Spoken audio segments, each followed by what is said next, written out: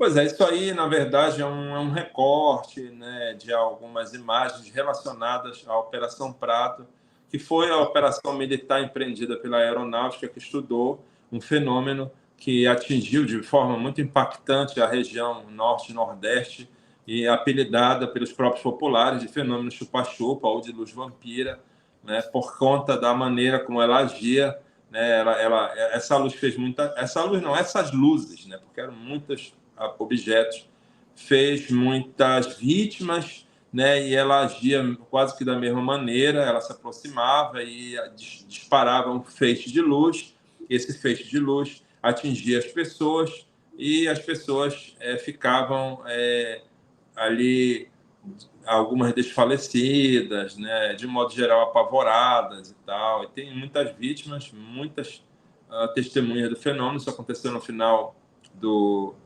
dos anos 70, 77, especificamente foi quando a operação foi empreendida, mas ela durou mais tempo. Esse recorte aí, apesar dele ser do Pará, ele foi colocado aí na internet pela revista OVNI Pesquisa, tá ali embaixo, ó, dá para ver. Uhum. O pessoal da OVNI Pesquisa, que publicou essas imagens aí, mas elas são de jornais da época, né? Elas são de jornais da época, e que noticiavam, não, claro, a Operação Prato, porque naquele tempo a Operação Prato não se falava na Operação Prato, se falava no fenômeno, e já se falava no apelido chupa-chupa. E, na verdade, chupa-chupa, que não é o chupa-cabra, né? Se confunde com chupa-cabra, chupa-cabra dos anos 90, chupa-chupa dos anos 70, mas foi um fenômeno que não há nada parecido até hoje, né? Nunca houve nenhum fenômeno tão intenso que atingiu milhares de pessoas, né? Possivelmente fez dezenas ou até centenas de vítimas, né? Tem um pesquisador paraense que ele está atualmente muito focado em descobrir novos casos, aí, que é o Heitor Costa. Ele já descobriu muita coisa nova, mas o que se sabe é que esse fenômeno ele foi muito impactante. As pessoas não têm ideia de o quão grande ele foi, né? Um fenômeno que, por exemplo, tinha lugares que as pessoas não queriam mais ficar naqueles lugares, porque aparecia todos os dias, né?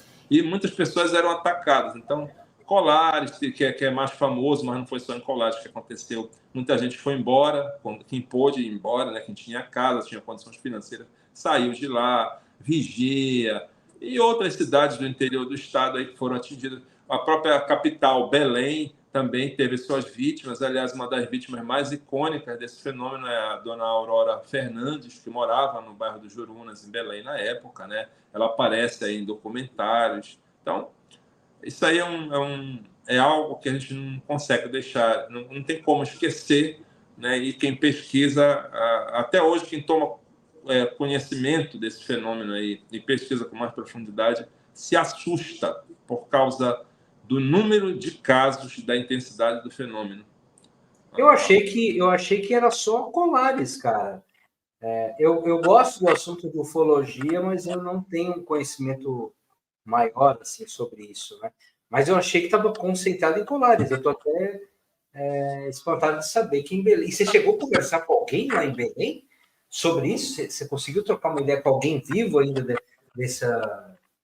Sim, sim. Eu tenho uma live, e ela também foi. Eu realizo um congresso todos os anos em Belém chamado UFONorte, né? Então ela foi para o penúltimo congresso, para o penúltimo UFONorte, que é a dona Aurora Fernandes. Quem é a dona Aurora Fernandes? Uma moradora de Belém, né? Ela atualmente, ela ainda mora em Belém, só que não mora mais no Jurunas. Ela morava no Jurunas, era bem jovenzinha, acho que tinha 18 anos, e ela estava ali. Eu não sei se vocês conhecem esse termo, no giral da casa dela. O que é o giral? É uma espécie de pia de madeira colocada na parte externa da casa, geralmente colada numa janela, ali para a pessoa lavar louça e tal, entendeu? É uma estrutura feita, né, porque não tem condição de ter aquela coisa, aquela pia mais bonita e tal, né? Então, a dona Aurora estava ali lavando a louça quando apareceu. Isso é tipo um tanquinho, Natan? É tipo um tanque? Só que é feito de madeira. É madeira. Uma espécie de pia ali, grande, feito de madeira, entendeu? Uhum. Que tu põe ali a torneira, põe as louças e fica na parte externa da casa, né? Isso era muito comum antigamente, hoje em dia tu quase não vê mais, nem nos interiores, mas 30, 40 anos atrás era muito comum, até na capital. E ela estava ali quando apareceu aquele objeto e jogou aquela luz acima do seio dela, né?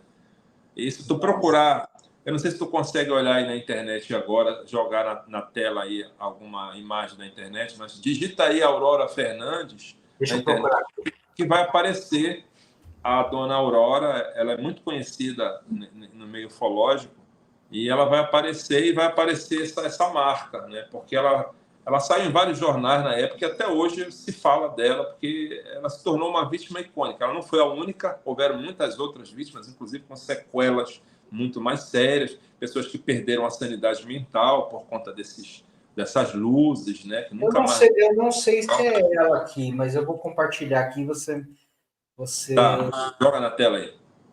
vamos ver. Seria essa? Essa mesma. Ah, que legal. Essa mesmo. Só que aí ela está bem jovenzinha, isso foi no período em que ela foi atingida, né? O médico está segurando ali a pele ali na região onde ela foi atingida. Ela ficou com essa marca, ela carrega ainda essa marca até hoje, claro, já sumiu mais, né? Mas ela foi uma vítima que foi muito procurada por pesquisadores e ainda é até hoje, né? Ainda é até hoje.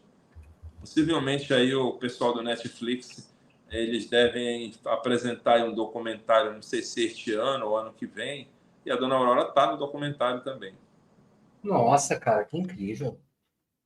Então, Incrível. senhor Fantasma, só o pessoal entender, o fenômeno Aham. Chupachuca, ele foi um negócio assim amplo, atingiu várias cidades da região norte e nordeste, várias, várias. E no Pará, a intensidade desse fenômeno no Pará foi algo assim assustador, assustador. E deixa eu te fazer uma pergunta sobre OVNIs aí. Eu não quero fugir muito aqui do que você separou para a gente, mas assim, tem muitos casos. Eu ouvi dizer que tem casos aí que até hoje rola nessa região aí, né?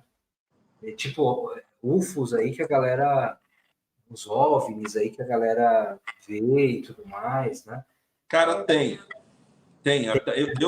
Por exemplo, a minha página, as minhas redes sociais, né? O nome é Belém de Arrepiar. E a proposta era coletar e contar histórias de assombração, de fantasmas, lendas. Mas eu Uhum. acabo recebendo muitos relatos ufológicos, né? E eu gosto de ufologia há muito tempo. Tanto quanto eu gosto do assunto sobrenatural, eu já participei de vários grupos de ufologia no meu estado, né?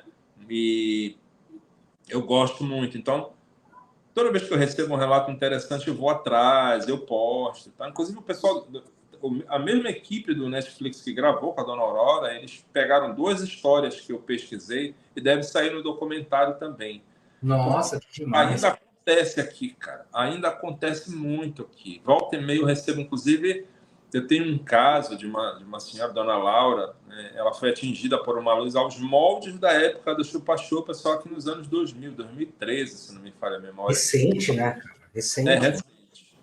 E tem um caso de um senhor que eu não consegui ainda entrevistá-lo, que também tem uns 10 anos, que ele foi atingido aí por uma luz quando ele dormia na varanda da fazenda dele lá, e ele ficou tão mal que ele precisou ser hospitalizado. Cara, ainda acontece nos dias Nossa. atuais.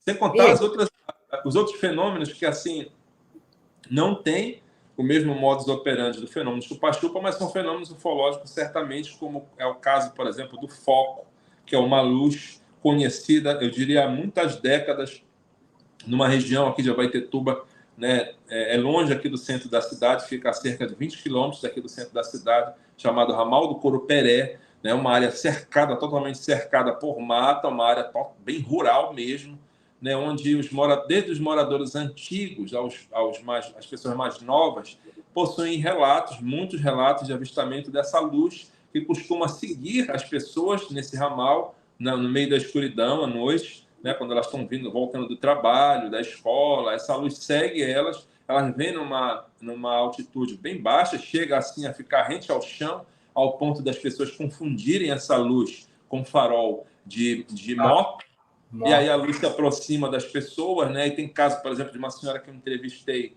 que ela vinha com mototáxi, e aí esse mototáxi, quando ela falou, olha, isso deve ser o foco, ela se aproximou e subiu. E aí viram que não era uma moto, né? Ela deve ser o foco. Aí, meio que o que é esse foco? Quando ela explicou, o cara resolveu dar a volta, que é incomum. Geralmente a pessoa quer ir embora para longe. Ele resolveu dar a volta para olhar o que era e se aproximou da luz. E a luz veio na direção deles, ficou bem perto. Essa mulher contou para mim que ela ficou desesperada e deu um berro, né? Aí a luz deu uma aumentada e apagou com o grito dela. Nossa, cara. Você sabe que na Bahia, em Cacolé, meu pai participa aqui comigo, né, no canal. A gente vai investigar junto e ele tem um relato. Posso até colocar ele em contato com você para ele te contar de um relato que lá na Bahia eles chamam de visagem. Eu não sei se aí chama visagem, mas você contando me lembrou bem. Ele estava andando de cavalo e uma luz iluminou atrás dele. E ele em cima do cavalo. E ele até perguntou da pessoa da frente: você acendeu algum negócio aí, um cigarrinho e tal, lanterna? Não, não foi não. Aí o cara falou que já era de lá, falou assim: ó, faz o seguinte, continua andando, não olha para trás, vamos em frente, seguindo em frente. E a luz seguiu eles por um bom tempo, cara. Depois eu peço para ele mandar um áudio, eu mando para você. Qualquer coisa Beleza, você beleza. aproveita. Olha, só para tu entender, visagem aqui no Pará é um termo meio que genérico. Por exemplo, visagem é fantasma, pode ser uma entidade da mata, as pessoas chamam de Sim. visagem, entendeu?